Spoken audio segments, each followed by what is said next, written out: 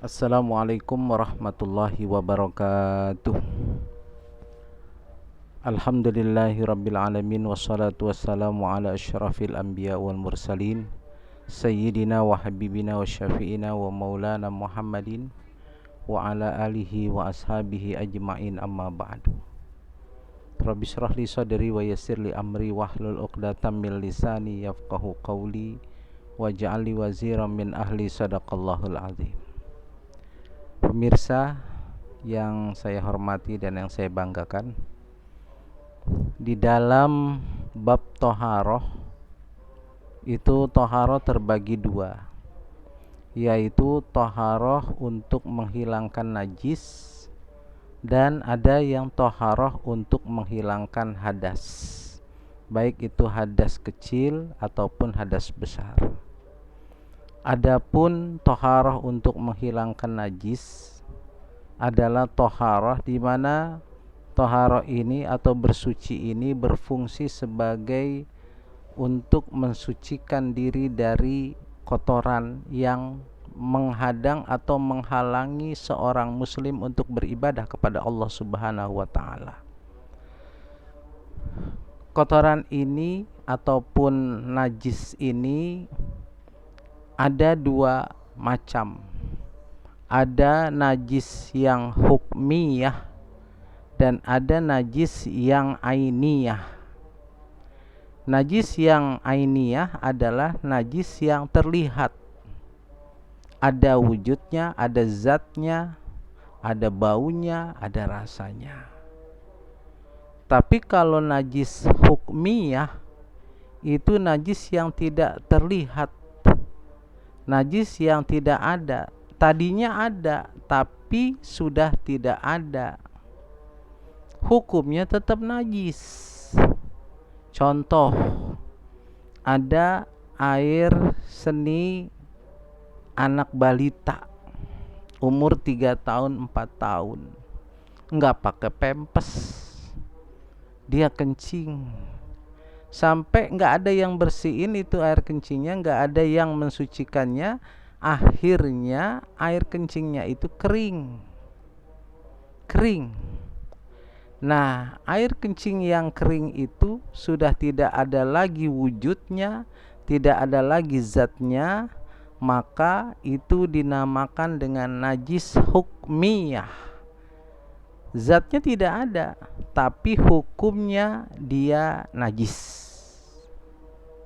Maka berhati-hatilah kalau orang-orang dahulu, orang tua saya ataupun orang tua bapak ibu semua atau adik-adik semuanya, itu mengajarkan kalau di dalam rumah itu kalau ada anak balita yang kencingnya masih sembarangan walaupun tidak ada lagi zatnya, maka dianjurkan kalau habis berwudu dari kamar mandi itu diharuskan memakai sendal jepit yang khusus ada untuk di dalam rumah.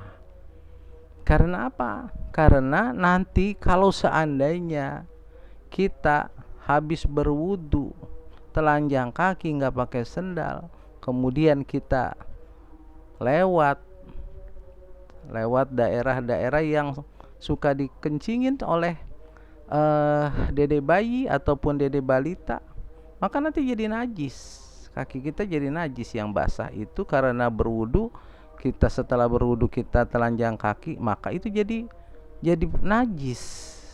Kita bawa untuk sholat, kita pakai yang namanya sajadah, kita injak sajadah dengan kaki kita yang basah yang ada najisnya.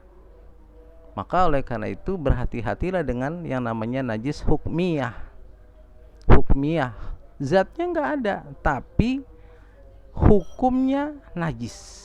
Ada hukumnya di situ. Najis yang berupa hukum. Ada lagi najis ainiyah. Ainiyah itu ya ada zatnya, ada wujudnya.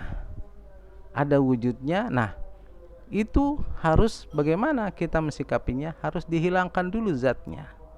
Baunya hilang, warnanya juga sudah hilang, rasanya juga sudah hilang. Barulah kita bersihkan dengan air yang suci dan mensucikan. Lalu bagaimana caranya kita membersihkan najis yang hukmiyah tadi? Najis yang hukmiyah yang kita tengarai itu ada najis yang tadinya ada di situ, maka kita ambil air. Kita ambil air, kemudian kita jatuhkan air itu secukupnya, air yang suci. Kemudian setelah kita jatuhkan di situ, kan ada airnya tuh. Kita ambil yang namanya lap kering, kain kering. Lalu kita apa? Kita bersihkan air yang tadinya itu. Sudah nggak usah dipel kemana-mana, di situ aja cukup ambil, kemudian dia apa? Dikeringkan. Nah, itu cara menghilangkan najis hukmiyah. Kalau najis yang ainiyah, ya ambil dulu zatnya mana? Ada air kencing. Air kencingnya kita keringin dulu dengan lap yang kering. Kemudian kita taruh air. Kemudian kita taruh lagi lap yang kering, kita ambil lap yang kering yang berikutnya. Kemudian kita keringkan itu najis yang sudah diberikan air yang suci dan mensucikan. Sudah beres. Ya, maka berhati-hatilah dengan yang namanya najis ini. Terutama hati-hati dengan najis ainiyah yang kelihatan. Kita kalau kencing, ya hati-hati yang laki-laki kencingnya berdiri kemudian nyiprat kena celana kita. Kalau celana kita bawa untuk sholat, maka celana itu membawa najis. Ingat, najis yang terbawa di badan ataupun di pakaian atau di tempat sholat kita itu merusak syarat sahnya sholat. Ingat, syarat sahnya sholat adalah suci badan, pakaian, tempat dari najis. Hati-hati dengan najis hukmiyah dan juga najis ainiyah. Hari ini itu saja kuliah duha pada kesempatan pagi hari ini. Mudah-mudahan bermanfaat. Nanti kita teruskan pada pelajaran berikutnya. Hadanallahu wa iyyakum ajma'in. Assalamualaikum warahmatullahi wabarakatuh.